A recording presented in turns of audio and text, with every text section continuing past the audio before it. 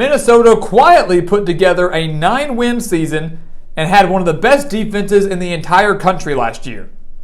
So can the Golden Gophers do it again and win the Big Ten West in 2022? Welcome back to the Gridiron Expert, guys. Ready to answer that question and more as we predict, analyze, and break down Minnesota's schedule and record for this upcoming college football season. A season, guys, for Minnesota where I think a lot of people are sleeping on them again.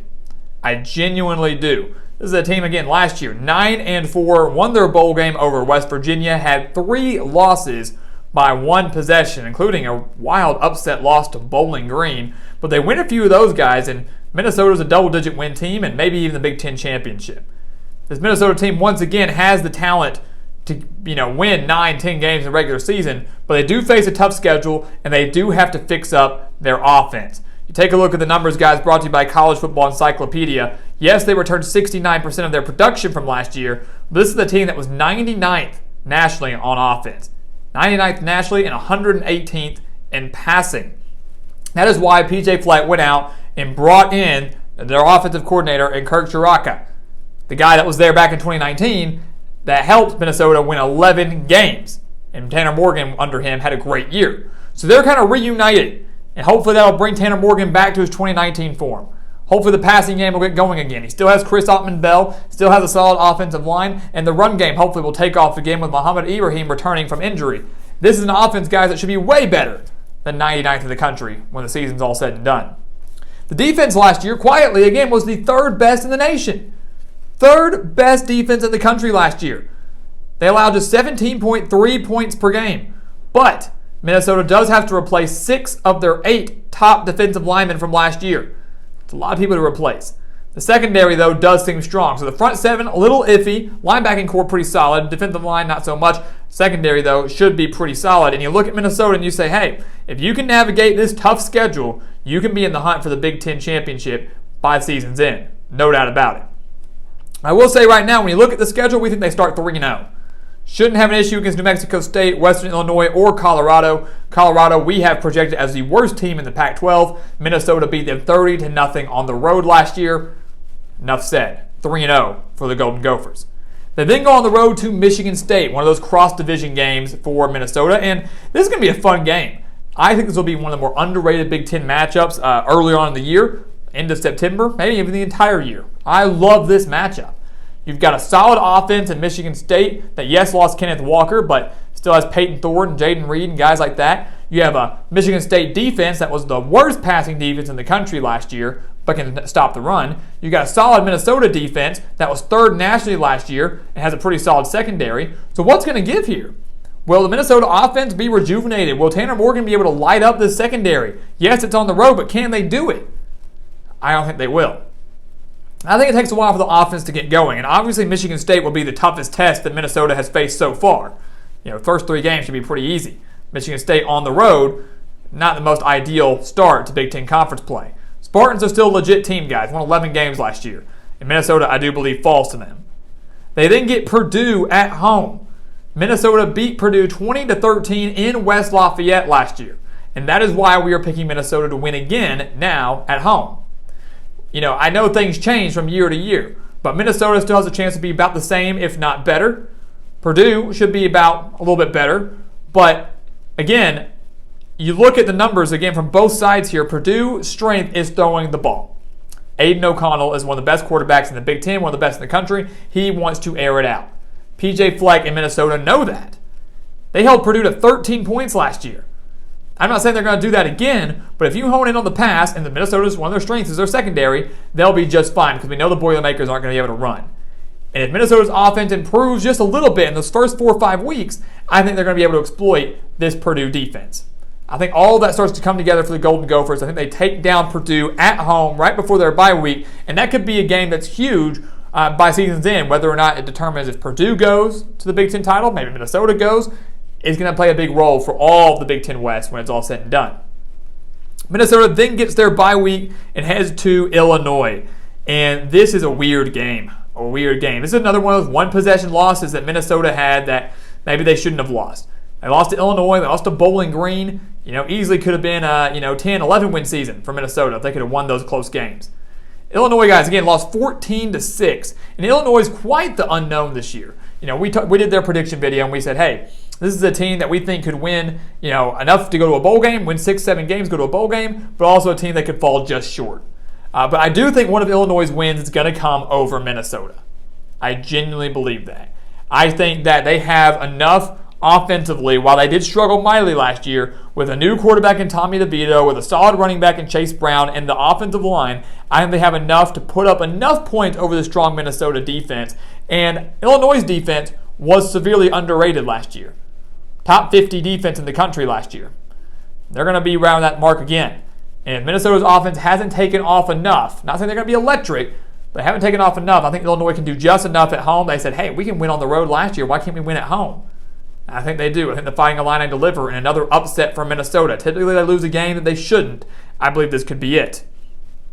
Minnesota then goes on the road to Penn State, and a lot of people are projecting Minnesota to win this game in Happy Valley. I am not. I don't think Penn State is going to be the same team we've seen in years past where they're competing for a Big Ten title by season's end, but I do think this Nittany Lions defense is legit. I do think they're going to be very, very solid. I don't think their offense will, but I do think there is something to be said for home field advantage and how difficult of a place Happy Valley is. A couple years ago, Minnesota beat Penn State in Minnesota. That was a big win. That was 2019. That was a big deal. I don't think the same is in store now. Minnesota does not have enough to go on the road in Happy Valley. Penn State gets their revenge a few years later, and Minnesota is handed their second straight loss. So they were 4-1. Now they are 4-3, and that's 3 conference losses. A Big Ten West title might be out of the question. They do bounce back and beat Rutgers. I think they're going to cruise past Rutgers, guys. Again, this strong of a defense for Minnesota, facing off against a Rutgers offense that's improving, but it's very young. Doesn't bode well for the Scarlet Knights. So they do win that. And then they go on the road and lose to Nebraska. They do lose to Nebraska. Nebraska is kind of like Illinois, right? A team that you just don't know what to think of, don't know what to expect from, right? The offense, looking on paper, should be better. Casey Thompson's there, and Mark Whipple's there, and the running game should be electric. The defense, looking on paper, you go, hey, they should be better. They got Oshwan Mathis from TCU. Defense should be a lot better than they've been in years past. But who knows, right? But I do think Nebraska finally breaks through and makes a bowl game under Scott Frost. They should. They have to, right? Otherwise, he's gone. And this is a game against Minnesota at home that is winnable for Nebraska. The Cornhuskers only falling by 7 last year, 30-23. Now that Minnesota now going to Lincoln against an improving Nebraska team, maybe down on themselves considering they know they've lost 2 of their last 3. I do think they slip up on the road. I genuinely do. They lose to Nebraska though, and bounce back and beat Northwestern. Beat Northwestern 41-14 last year. Wildcats won't be much, so boom, they're bowl eligible. Minnesota's got that 6th win. They're going bowling. Now it's a matter of, can they get 8 wins by winning their last 2? Will it be 7 or will it stay at 6? I will say I think it's 7 at least, because I do think they finally beat Iowa. Now people will probably flip over this, right? Because they go, wait, Iowa's won 7 straight over Minnesota. Minnesota can't beat Iowa. They can't do that. Are they capable? Yes, they are. Minnesota only lost to Iowa 27-22 last year. And while Iowa has won 7 straight over the Golden Gophers, 5 of those 7 games have been decided by 1 possession, including last year's. I think Minnesota finally gets over the hump. Look at all of the metrics, guys. Minnesota owns home field advantage. The defense is about even, if not better, than Iowa's. And the offense is significantly better than Iowa's. It's all right now a mind game for Minnesota, and I think they finally stop psyching themselves out. I think they get over that hump and beat a Hawkeyes team that, won the Big Ten West last year, but is going to struggle to do so again this year. So Minnesota gets over the hump, upsets Iowa, if you will, finally ending that losing streak, and then they go on the road to Wisconsin, a team they beat last year 23-13. They had lost to Wisconsin for so many years, and now they have split the last 4 meetings against the Badgers, beat them by 10 last year. But even though this is a battle between the number 1 defense from last year in Wisconsin and the number 3 defense from last year in Minnesota, I just don't think that the Golden Gophers can pull off this victory in Madison.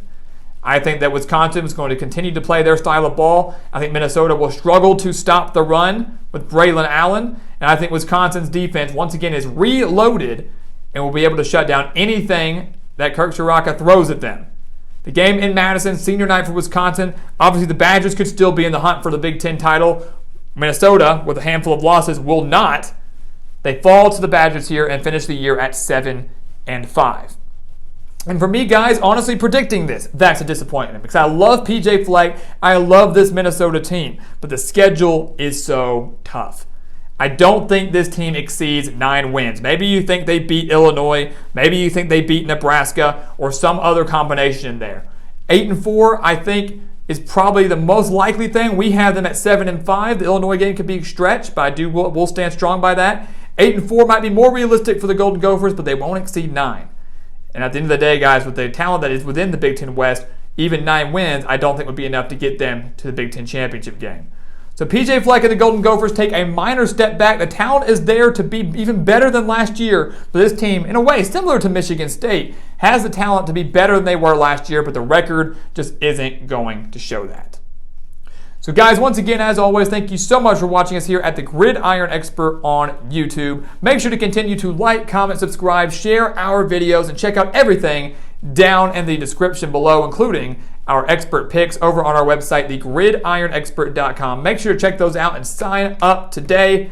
And once again, guys, as always, thank you so much for watching, and we'll see you next time right here on the Gridiron Expert.